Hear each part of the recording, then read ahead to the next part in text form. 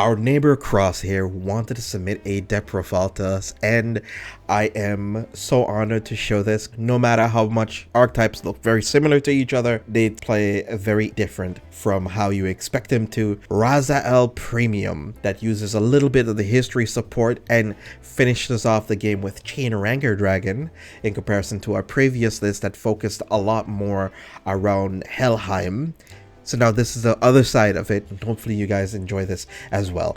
They actually also sent us some audio to listen to while we submit this deck profile. Then stride to the Grim Recruiter, which will give you 2 force markers, and especially want force 1 with this deck, because of the numbers, and especially in this meta, it's what I feel like. And even if you can't find Clarator Dragon, you can write to Rezael because he is a 13k base Vanguard. Now, why is this deck actually interesting? Because it had many tech cards, as you might have noticed. It runs the Dog, Sargawan, which is one of the most broken cards for early game and even late game.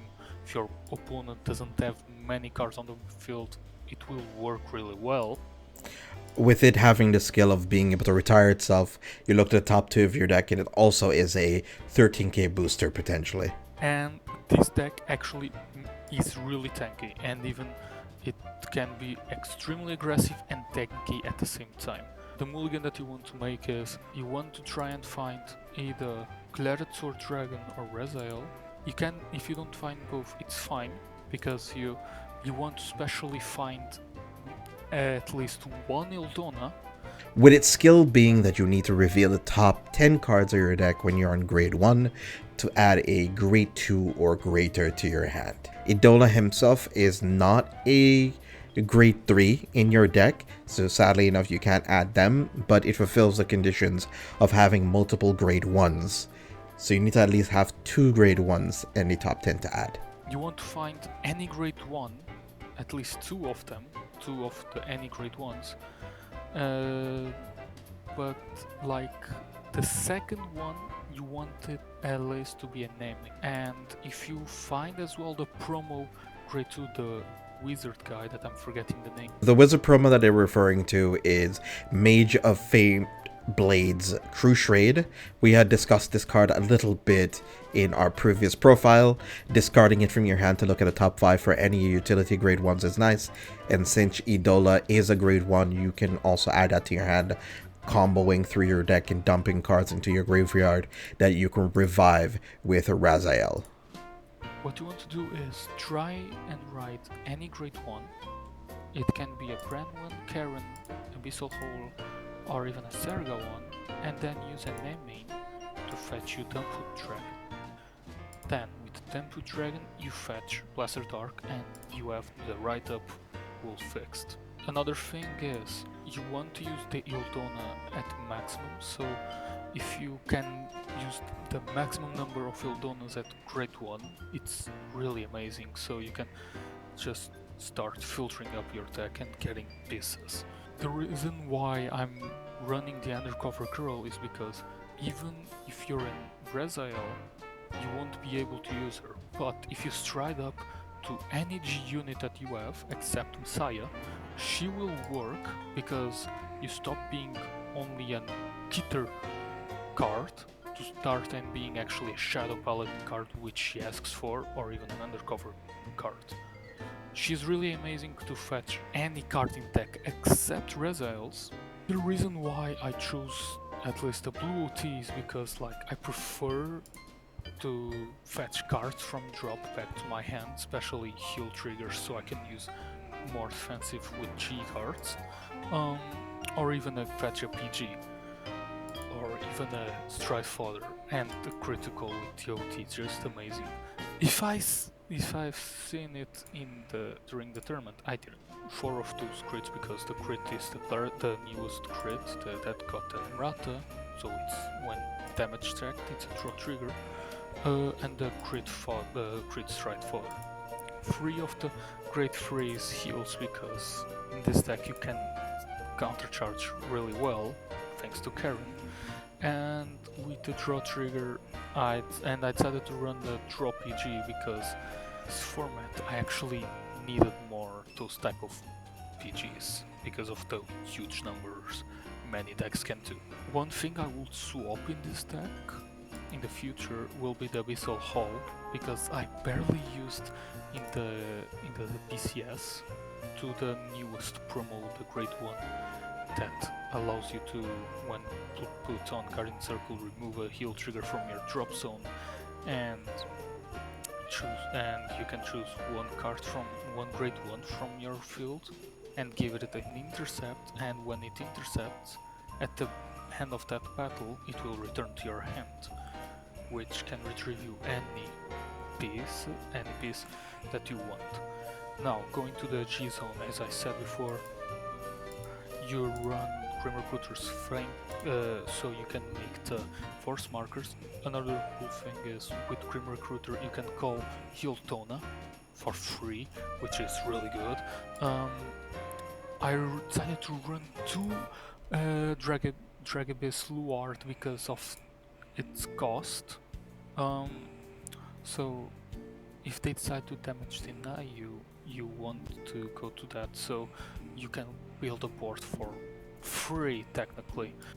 One thing they might have also forgot to mention is Elementarius Entitude is a pretty good card, and of course there's Messiah, plays into Link Joker pretty well. And just by Soul Blasting one, you can call any Great One from your deck, even a Niltona. You won't proc the retire skill because any of your cards have retroll ability. Morpheset 1 is also good, great. I used it in the tournament and gave me a win in one of the games.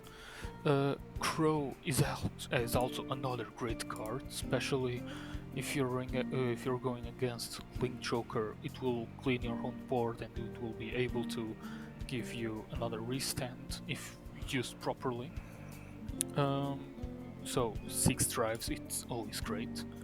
The only card I didn't use during the whole tournament was Blasted Dark Diablo. Blasted Dark Diablo was basically for one matchup and being a weird finisher. So the matchup that they're referring to is Angel Feather Gize that we had made a callback to in a previous episode. It is a unit that actually calls grade 4s to Rearguard Circle. They don't leave at end of turn, and you deal your opponent damage equal to the amount of the Xerath Dragons that you have on field, which will be 5, of course. You cannot retire your own Rearguards because of your Gize skill, and since you can't do that, you can't do anything else. And with Gize, you then can't guard from hand, right? So then you basically eat 2 free damage, since it also has a crit. I would swap it for the G card in that I'm forgetting her name. I mentioned already in the chat. It is the Gelido G guard that moves your rear guards to Guardian Circle. Third round I went against a Shiranui Crest, and he used a stride that made me go from 12 cards in hand to 4, because the stride was, okay, you need to choose 4 cards from your hand, keep them. They were referring to Tsukimori-kan, which is a on-play stride, Counterblast 2, flip 1 card face up in your G zone, and your opponent needs to, I'll let him finish. Go to the bind zone face down, and at the end of their turn, they go back to your hand. I had like 3 heals and 1 PG. I kept those, even I couldn't use the PG. And my opponent had like 7 to 8 G units face up, and so he called 2 cards that restood, and so even like this might sound a bit of a coup, but I didn't survive that last round, that last turn, even if I got a defensive trigger. I use the divine skill. The divine skill is also really good for survival, especially in this meta, and basically how do I say this?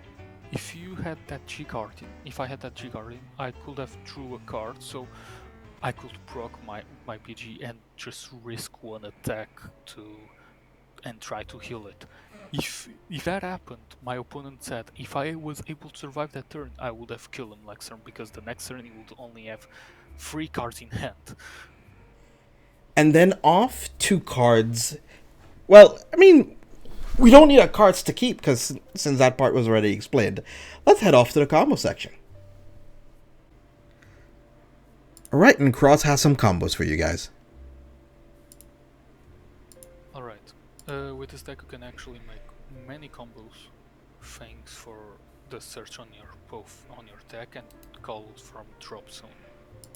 With, for example, Grim Recruiter, there is a combo that I've done in the tournament, which was I had a crit on my right front row, and I had a Sergo on and a grade 2 promo on the left row.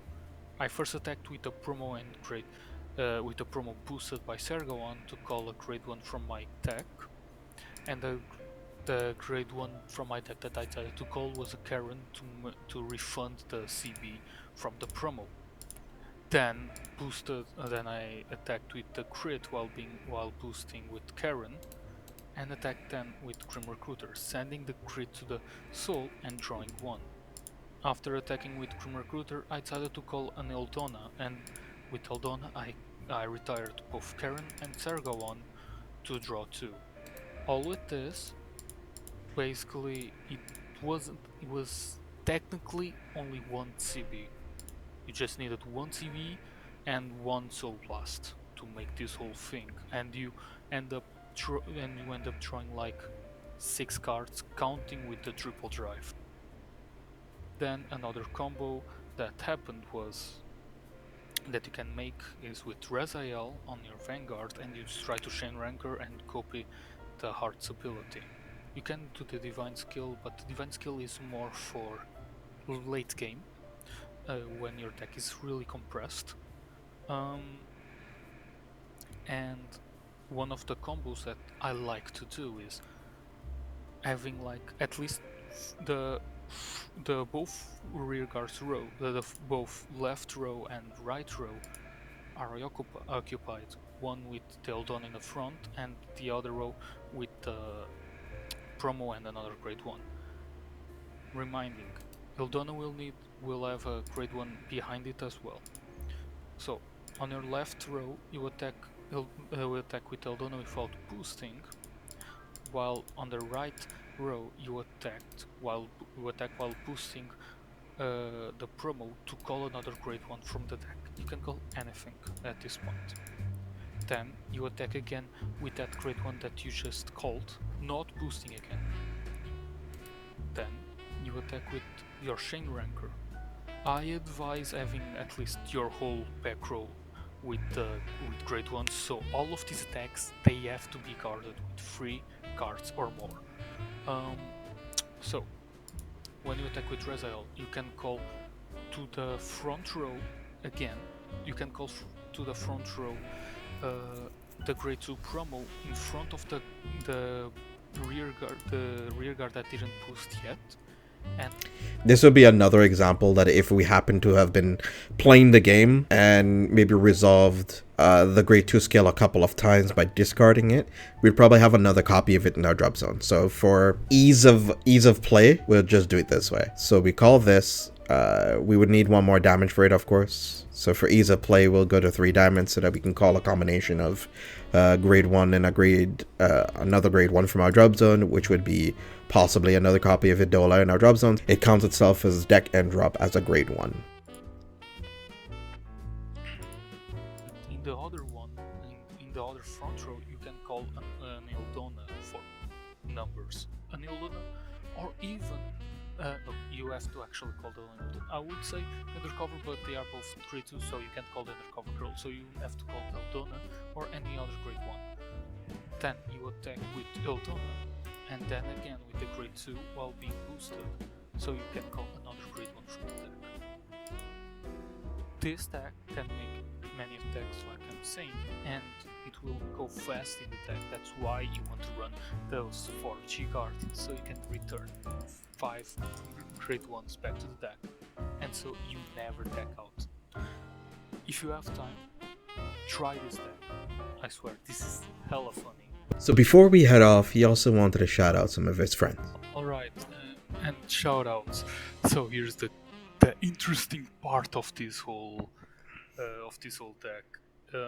This deck was literally built at 2 a.m. in the same day of the premium BCS, and I practiced with it.